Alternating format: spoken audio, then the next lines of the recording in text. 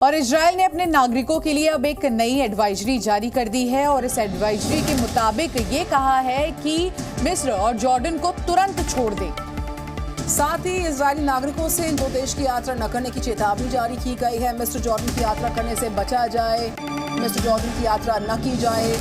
ये नागरिकों के लिए, इजराइल की अपने नागरिकों के लिए एडवाइजरी है, जिसमें जो बड़ी बातें हैं वो ये कि आप मिस्र जॉर्डन को तुरंत छोड़ दें और साथ ही इन देशों की यात्रा करने से परहेज करें। चेतावनी इस एडवाइजरी में शामिल है। बिल्कुल, तो इजराइल के जो लोग हैं उनके लिए ये जानकारी, नई एडवाइजरी। और लगातार हम देख रहे हैं कि जंग के बीच तमाम देश अपनी अपनी ओर से अपने नागरिकों को किस तरह से सचेत कर रही है, उसी कड़ी में इजराइल ने भी किया है। और इस बीच आपको इस महायुद्ध से जुड़े कुछ अपडेट्स भी आइए विस्तार के साथ बताते हैं। हालांकि जो ग्राउंड पर हालात हैं उनसे इतर स्पीच जो अपडेट्स आ रहे हैं, हमास पर हमले की तैयारी में इजराइल लगातार है। वो बड़ा हमला कभी भी हो सकता है। 30 बच्चे आतंकियों के कब्जे में अभी भी है, आईडीएफ की तरफ से कहा गया। और हमारे सहयोगी विशाल पांडे लगातार ग्राउंड जीरो से हमारे साथ जुड़े हैं। विशाल, सीधा सवाल, इस वक्त आपकी मौजूदगी कहां पर है और क्या कुछ जानकारी आपके पास? देखिए, इस वक्त मैं दक्षिणी इजराइल में सदरौत शहर में मौजूद हूं और ये बॉर्डर का पूरा एरिया है, गाजा बॉर्डर से सटा हुआ है और युद्ध इन इलाकों में लगातार जारी है। फिलहाल जो आज की ताज़ा खबर है वो ये कि रफा क्रॉसिंग खोल दी गई है जो मिस्र की तरफ से गाजा पट्टी की तरफ जाती है और आज 20 ट्रकों में राहत सामग्री गाजा पट्टी की तरफ पहुंची है।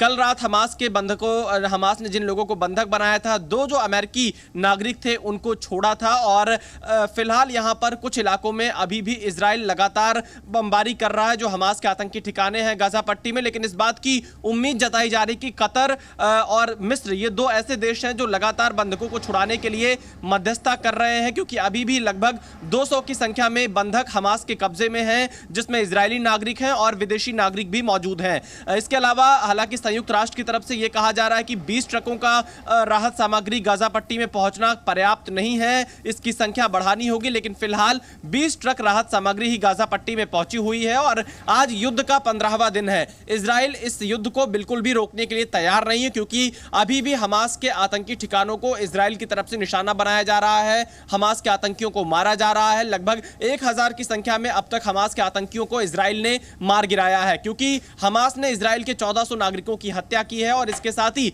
फिलिस्तीन का जो वेस्ट बैंक का इलाका है, उन इलाकों में भी लगातार इजराइल का ऑपरेशन चल रहा है, जहां से जो हमास के सिंपथाइजर हैं या उनसे जुड़े हुए आतंकी हैं उनको हिरासत में लिया जा रहा है। और साथ ही इजराइल के सामने एक बड़ी चुनौती लेबनान के फ्रंट से भी है, क्योंकि वहां से हिजबुल्ला रुक कर रॉकेट से हमले कर रहा है। विशाल, आप सदरौत से एक्सक्लूसिवली रिपोर्ट कर रहे हैं, अब तक के अपडेट्स आपने डिटेल से साझा किए। लेकिन इस बीच जो 30 बच्चे आतंकियों के कब्जे में हैं, उस पर आईडीएफ ने बड़ी बात कह दी है कि देखिए हम और बड़ा और मैसिव अटैक कर सकते हैं हमास पर। इसको लेकर क्या इनपुट्स हैं?